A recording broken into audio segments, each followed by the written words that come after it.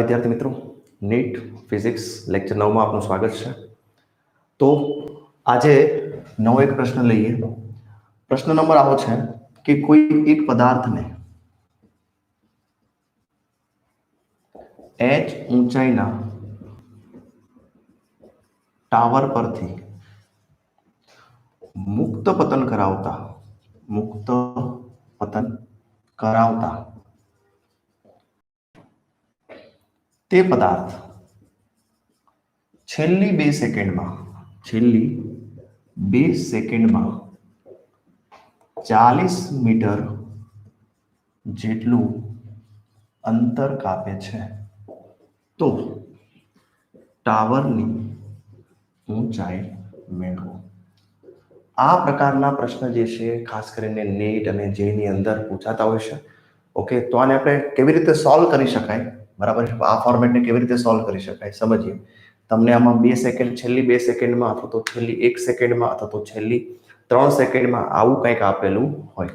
ચલો ટ્રાય કરીએ કે માની લો એક આ ટાવર છે। ચલો સમજીએ।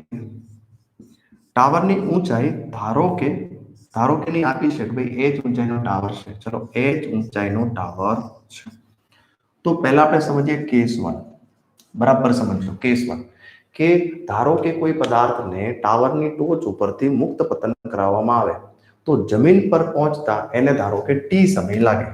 કેટલો સમય લાગે? t સમય લાગે। તો આવા કેસની અંદર આપણે ફોર્મ્યુલા d બરાબર v0t પ્લસ હાફ at² પ્રમાણે લખવું હોય તો શું લખી શકાય? તો કે ભાઈ અહીંથી મુક્ત પતન કરાવવાનું છે, અહીંયા પહોંચતા કેટલો સમય લાગે? તો કે t સમય લાગે છે અહીંયા પહોંચતા। ઓકે, તો d બરાબર શું લખવાનું? તો કે h શરૂઆતનો વેગ મુક્ત પતન માટે શું હોય? તો કે 0 સાહેબ, તો 0 હાફ એ એમ નામ રાખો। ચલો t² ત્યાં t પણ એમ નામ રાખો t²। તો આને સમીકરણ 1 કહી દો। ચલો તો પહેલો કેસ આપણે ભણ્યા કે h ઊંચાઈ વાળા ટાવર ઉપરથી પદાર્થને મુક્ત પતન કરતા નીચે પહોંચતા t સમય લાગતો હોય તો કંઈક ફોર્મ્યુલા બનાવી શકાય। હવે કેસ 2, દરેક એક્ઝામ્પલમાં માની લો આવો એક્ઝામ્પલ પૂછાય તો આ જે કેસ 1 જે છે કોમન બધા। હવે કેસ 2 વિચારીએ। કેસ 2 તમને કીધું છે છેલ્લી 2 સેકન્ડ, ખાસ યાદ રાખજો આ ટર્મ। તો છેલ્લી 2 સેકન્ડ એનો મતલબ શું થયો?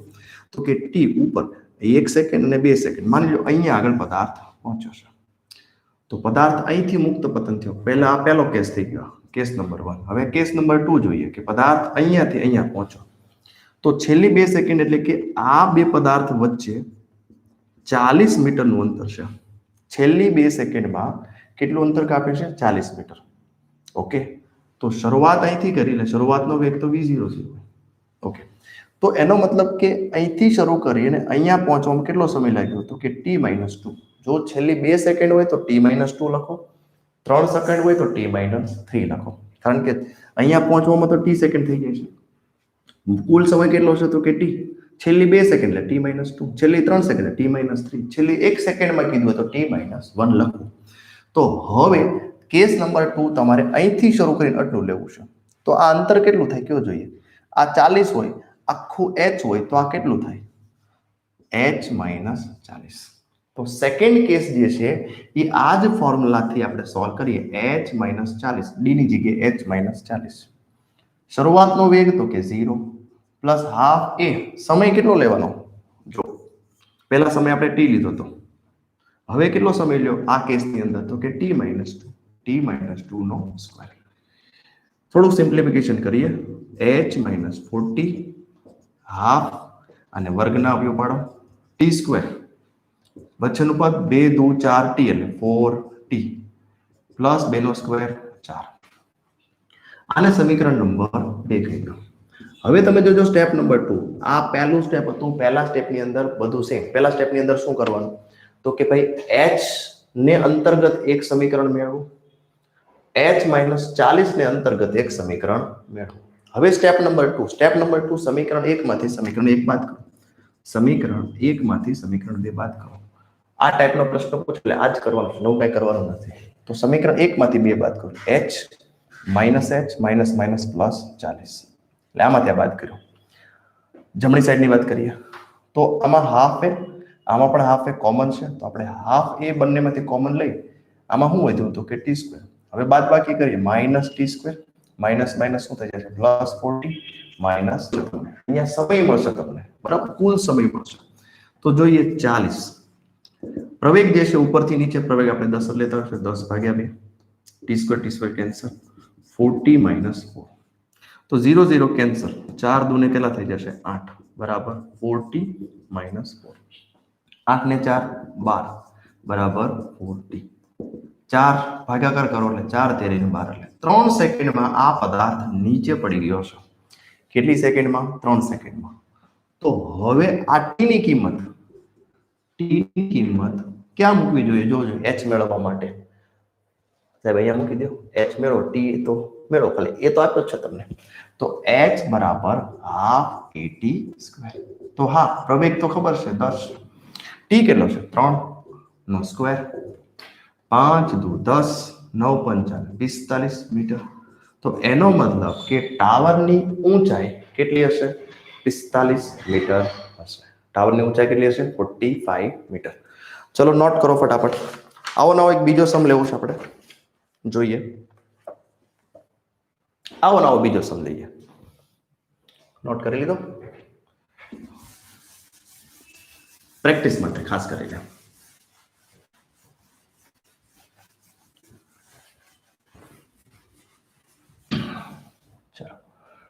આવો નવો બીજો સમજે છે કઈક આવો છે કે છેલ્લી સેકન્ડમાં સાંભળજો છેલ્લી સેકન્ડમાં 45 મીટર જેટલું અંતર કાપે છે. હવે આને થોડુંક હવે ટાવર બોલ ડ્રો ન કરવાનો હોય આવો દાખલો પૂછાય એટલે હવે જો સમીકરણ 1 સમીકરણ 2 સમીકરણ 1 h ને અનુરૂપ તો એ ફોર્મ્યુલા નક્કી જ હોય હાફ at સ્ક્વેર સમીકરણ 1 આવડે કે નહીં આવડે છે. બીજું છેલ્લી સેકન્ડ એટલે t - 1 થયું. છેલ્લી સેકન્ડ એટલે આપણે શું લખવાનું t ની જગ્યાએ t - 1 45 મીટર એટલે 45 મીટર નીચે 45 હોય તો ઉપર કેટલું થાય h - 45 બરાબર હાફ a t ની જગ્યાએ શું લખવાનું t - 1 નો હોલ સ્ક્વેર. ઓકે આને આપણે સાદુરૂપ આપીએ તો a/2 t સ્ક્વેર 2 * 2t 1 નો સ્ક્વેર શું થાય 1. તો જો સમીકરણ 1 ને 2 ડાયરેક્ટ મળી ગયા. ત્રીજું સ્ટેપ સમીકરણ 1 માંથી સમીકરણ 2 બાદ કરો સમીકરણ 1 માંથી 2 બાદ કરો એટલે h minus h minus minus plus 45 બરાબર 2 માં a/2 કોમન છે. ચલો ઠીક છે a/2 કોમન.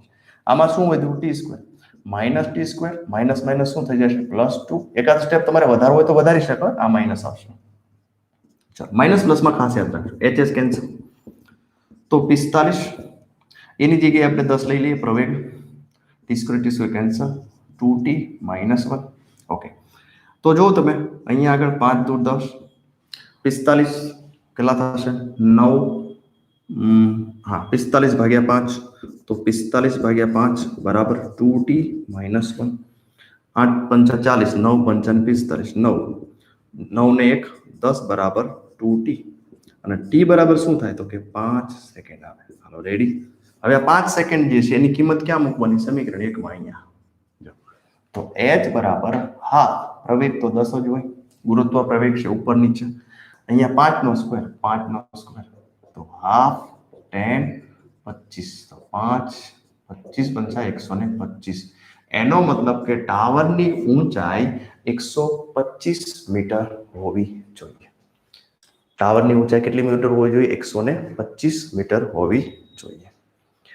ચલો ઠીક છે જોઈ લો 2 સેકન્ડ આપું છું ફટાફટ જો નોટ કરી લો ફટાફટ સ્ક્રીનશોટ લઈ લો અને સમજી લો. ઓકે આ એક્ઝામ્પલને તમારે આ જ રીતે ગણવાનું. બીજી એક ટેકનિક છે આપણે nth વાળા સમીકરણથી પણ એક જ એક્ઝામ્પલને બે ટેકનિકથી સોલ્વ કરીએ એટલે આપણે કન્ફ્યુઝ થઈએ. હંમેશા યાદ રાખવાનું જો તમને આવો પ્રશ્ન પૂછે કે છેલ્લી સેકન્ડમાં છેલ્લી 2 સેકન્ડમાં છેલ્લી 3 સેકન્ડમાં એટલે આ જ ટેકનિક. પહેલું ઇક્વેશન કયું તો કે h નું h = હાફ at સ્ક્વેર. બીજું ઇક્વેશન કયું તો કે 45 મીટર આપ્યું હોય તો h - 45 બરાબર half a t - 1 whole square. Step number 3 સમીકરણ 1 માંથી સમીકરણ 2 બાદ કરો. ચલો ઠીક છે ઓકે. હવે આના પછી આપણે વાત કરીશું નવા ટોપિકની સ્ટોપિંગ ડિસ્ટન્સ ઓલરેડી આપણે વાત કરી હતી, સ્ટોપિંગ ડિસ્ટન્સ અને રિએક્શન ટાઈમ, પ્રતિક્રિયા સમય. ઇંગ્લિશમાં એટલા માટે લખું છું કે આ ઇંગ્લિશ ગુજરાતીમાં આ જ લખાય, ગુજરાતીમાં નથી લખતો, ઇંગ્લિશમાં રિએક્શન સમય એટલે અહીંયા પ્રતિક્રિયા સમય ગુજરાતીમાં લખી દઈએ પ્રતિક્રિયા સમય. ચલો સમજીએ. સ્ટોપિંગ ડિસ્ટન્સ તો તમને ખબર જ હોય કે બ્રેક માર્યા પછી, જ્યાં સુધી પદાર્થ ઊભો ન રહી જાય ત્યાં સુધી પદાર્થે કાપેલા અંતરને શું કહેવાય? સ્ટોપિંગ ડિસ્ટન્સ કહેવાય. ચલો થોડા સમજીએ. આના અનુરૂપ પણ નીટમાં એક્ઝામ્પલ પૂછાતા હોય છે. ખાસ કરીને એક જ ફોર્મ્યુલા છે v0² બરાબર v² માઇનસ v0² બરાબર 2at. એમાં બ્રેક માર્યા પછી આમાં હંમેશા શું મારવો હોય? તો કે બ્રેક મારવાની. બ્રેક મારો એટલે પ્રવેગ હંમેશા શું થાય? તો કે ઋણ થાય. આવું યાદ રાખવાનું. ઓકે. અને અંતિમ વેગ હંમેશા શું હોય? 0 હોય. સ્ટોપિંગ ડિસ્ટન્સ અંતિમ વેગ 0, v0² 2, પ્રવેગ હંમેશા ઋણ. ચલો ઠીક છે. માઇનસ માઇનસ શું થઈ જશે? પ્લસ. v0² બરાબર 2at. અને જો સ્ટોપિંગ ડિસ્ટન્સ ડી ને કરતા બનાવો તો ડી બરાબર શું થાય? v0² ના છેદમાં 2. તો આવો ફોર્મ્યુલા જો તમે યાદ રાખી શકો તો ઠીક છે, નહીતર સીધું આ ફોર્મ્યુલા વેલ્યુ મૂકો એટલે બનવાનું તો આ જ છે. પણ સીધો ફોર્મ્યુલા યાદ રાખો સ્ટોપિંગ ડિસ્ટન્સ માટે. ડી બરાબર શું થાય? v² divided by 2a. આમાં પણ થોડુંક હજી આગળ વધીએ તો પ્રવેગ જે છે એ અચળ છે. પ્રવેગ કેવો હોય? અચળ પ્રવેગી ગતિ માટેનું સમીકરણ છે. તો પ્રવેગ અચળ હોય તો લખી શકાય ડી ચલે છે v0². યાદ રાખશો ડી ચલે છે v0². ક્વેશ્ચન, જો v0 ડબલ થાય તો ડી મેળવો. આવો પ્રશ્ન છે કે v0 પહેલા હતું એના કરતા ડબલ થઈ ગયું તો સ્ટોપિંગ ડિસ્ટન્સમાં શું ફેરફાર થાય? તો ફોર્મ્યુલા છે t1 ના છેદમાં d2 v01 divided by v02 નો હોલ સ્ક્વેર. તો પહેલા અંતર કેટલું હતું? તો કે d હતું, d1 હતું, હવે કેટલું છે? d2 છે. પહેલા વેગ કેટલો હતો? કે v0, હવે ડબલ થઈ ગયો. બીજી વખતે વેગ કેટલો થઈ ગયો? ડબલ થઈ ગયો, 2v0 નો સ્ક્વેર. v0 cancel. તો તમે જો d1 ના છેદમાં d2 કેટલો થશે? તો કે 1 ના છેદમાં 4. આપણે તો d2 જોઈએ છે, ડબલ થયા પછી સ્ટોપિંગ ડિસ્ટન્સ કેટલું મળે? તો d2 બરાબર શું થાય? તો કે 4 ગણું વધી જશે. જ્યારે વેગ v0 હતો ત્યારે સ્ટોપિંગ ડિસ્ટન્સ જો d1 હોય અથવા તો d હોય તો જો એનો વેગ ડબલ કરી દઈએ અને હવે બ્રેક મારવામાં આવે, પ્રવેગ અચળ છે બંનેમાં, તો હવે સ્ટોપિંગ ડિસ્ટન્સ કેટલું મળશે? તો કે પહેલા કરતા 4 ગણું મળે. આવા પ્રશ્નો તમને ટૂંકા પ્રશ્નો જે છે નીટમાં પૂછાતા હોય છે, પણ કન્ફ્યુઝ કરે કયા સૂત્રથી કરવું. પણ આ સ્ટોપિંગ ડિસ્ટન્સ થી જ આપણે સોલ્વ કર્યું છે. જો સ્ટોપિંગ ડિસ્ટન્સ 3 ગણું થતું હોય, ઊંધું આપ્યું છે. અહીંયા આપણે v0 ડબલ થતું હતું, સ્ટોપિંગ ડિસ્ટન્સ ની વાત કરી. હવે ઊંધું છે, સ્ટોપિંગ ડિસ્ટન્સ 3 ગણું થતું હોય તો વેગમાં થતો પ્રતિશત વધારો, વેગમાં થતો પ્રતિશત વધારો મેળવવા, તો ટકાવારી મેળવવી છે આપણે. હા, કેમ કરવું આને? તો પહેલી વસ્તુ તો આપણી પાસે ખબર છે, ડી ચલે છે v0². ઊંધું છે આ, તો એનો મતલબ બંને બાજુ વર્ગમૂળ કરી દે, રૂટ ડી ચલે છે v0. અથવા તો આપણે આમ લખી નાખીએ કે ભાઈ v0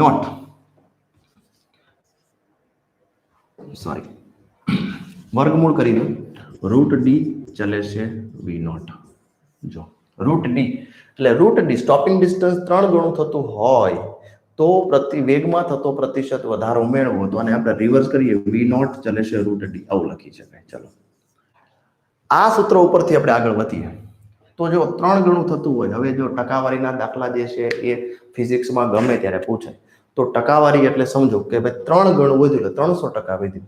કેટલા ટકા વધ્યું કે ભાઈ? 300%. ચલો આ નોટ કરી લેજો, અને આપણે કાઢી નાખીશું.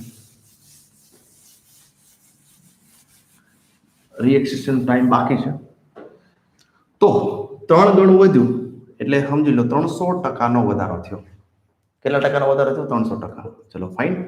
300% નો વધારો, આપણે આ ટકાવારી કાઢવી છે. તો બીજું સ્ટેપ આવે, 300 ભાગ્યા તમે 100 કરો ને, 300 ભાગ્યા તમે 100 કરો એટલે શું થાય? ટકાવારી નીકળી જાય. ચલો, તો એનો મતલબ કે આનો આન્સર આવ્યો 3. હવે સૂત્ર પ્રમાણે અહીંયા આગળ રૂટ છે, તો તો જે તમને આન્સર આવ્યો એનો રૂટ કરવાનો છે. તો ચલો રૂટ કરી નાખો √3. જો અહીંયા d સ્ક્વેર હોત તો 3 નો સ્ક્વેર કરત. ચલો √3 આવી ગયું એટલે આ ફાઇનલ આવી ગયું. હવે ટકાવારી જોઈએ છે તો ટકાવારી માટેનો ફોર્મ્યુલા, ટકાવારી માટેનો ફોર્મ્યુલા શું છે તો કે ફેરફાર ભાગ્યા મૂળ ગુણ્યા 100. ગમે ત્યારે આખા ફિઝિક્સની અંદર ગમે ત્યારે ટકાવારીનો એક્ઝામ્પલ આવે એટલે ફોર્મ્યુલા ફેરફાર ભાગ્યા મૂળ ગુણ્યા 100. તો પહેલા ધારો કે પહેલા આપણે ધારી કેટલું તો કે 1 હતું. પહેલા કેટલું હતું શરૂઆતમાં તો કે 100 હતું, માની લો 100%. 3 ગણું વધી ગયું 300% થઈ ગયું. શરૂઆત 1 હતી. શરૂઆત કેટલી હતી 1. હવે કેટલું થઈ ગયું √3. તો ફેરફાર ગણીએ આપણે તો કે √3 માંથી 1 બાદ કરો. શરૂઆતમાંથી અંતિમ, અંતિમમાંથી શરૂઆત. જો શરૂઆતનું ઓછી કિંમત હોય અને અંતિમ કિંમત વધે તો ટકા વધ્યા કહેવાય. માની લો પહેલા ટેસ્ટમાં 20 માંથી મારે 12 માર્ક આવ્યા અને હવે 20 માંથી મારે 19 માર્ક આવ્યા તો ટકાવારી વધી કહેવાય, ટકાવારી ઘટી કહેવાય નહીં. તો પહેલા 1 હતી કિંમત, હવે ડિસ્ટન્સ 3 ગણું થયું તો 1 માંથી √3 થઈ ગયું એટલે ટકાવારી વધશે. બરાબર છે. તો આ બેનો ફેરફાર √3 - 1 એનો મૂળ.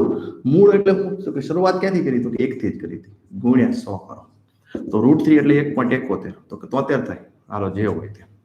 ઓકે ગુણ્યા 100 એટલે 0.73 ગુણ્યા 100 એટલે આન્સર આવશે 73%. લ્યો પણ વધારો કે ઘટાડો આવો પણ ઓપ્શનમાં તમને 73% વધારો 73% ઘટાડો એવું પણ આપ્યું હોય તો જો મેં તમને વાત કરી 1 માંથી √3 થાય છે એટલે વધ્યું એટલે લખવાનું વધારો. ટકા જે છે વધે છે, ઘટાડો નથી થતો. વેગમાં શું થાય છે વધારો થાય છે. બરાબર ચલનમાં છે, સમતલમાં છે. જો આ વધે તો આ વધે પણ ઓછું વધે √d છે એટલે. પણ જો ચલનમાં છે વ્યસ્ત ચલનમાં નથી એટલે વધારા સામે વધારો જ થશે ને ઘટાડા સામે હંમેશા શું થશે ઘટાડો. ખાસ યાદ રાખજો. ફરીથી એક વખત તમને આનો કન્સેપ્ટ જે છે ક્લિયર કરાવી દો. ભલે આપણો વિડીયો થોડોક લાંબો થાય.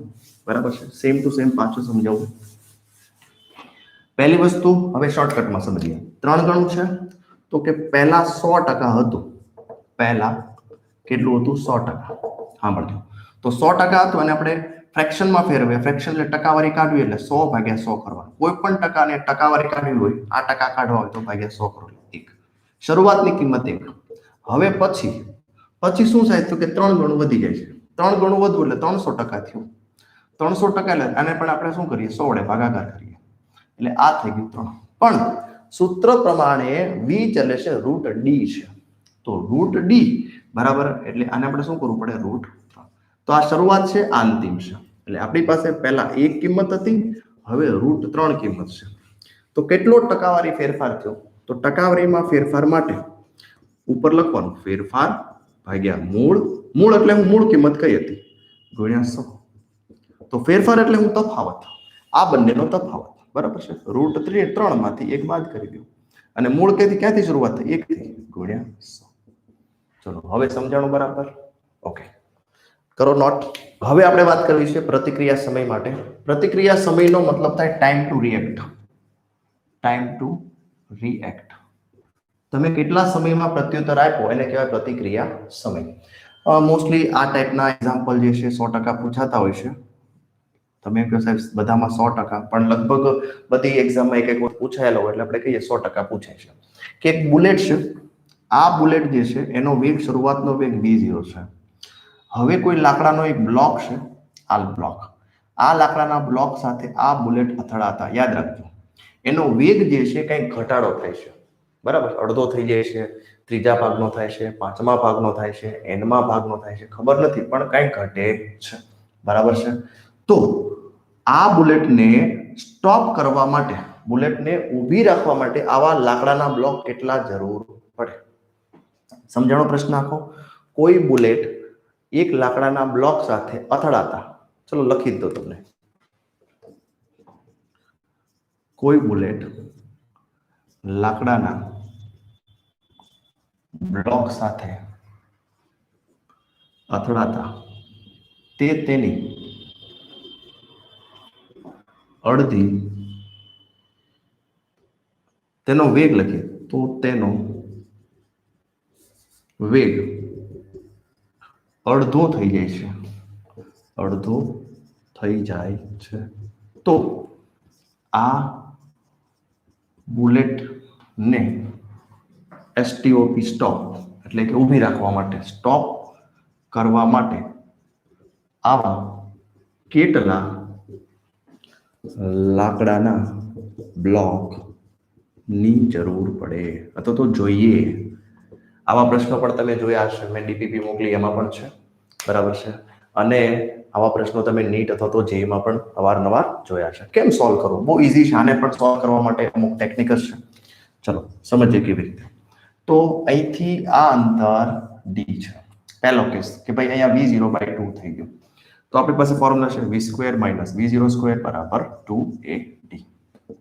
આ બ્રેક વાળો દાખલો છે, બ્રેક જ છે. આ બ્લોક શું કરે છે? બુલેટને બ્રેક મારે છે. બ્રેક મારે એટલે પ્રવેગ શું થાય? ઋણ થાય. તો શરૂઆતનો વેગ કેટલો છે? તો કે v0. અંતિમ વેગ કેટલો થઈ ગયો? v0/2. તો અંતિમ વેગ છે v0/2 નો સ્ક્વેર. શરૂઆતનો વેગ કેટલો છે? v0². પ્રવેગ માઇનસ a અને t. ચલો ને સિમ્પ્લિફિકેશન કરીએ. v0² ડિવાઇડેડ બાય 4 - v0² બરાબર 2 - a અને t. 4 એકા 4, 4 માંથી 1 જાય, બરાબર, એટલે -3 v0².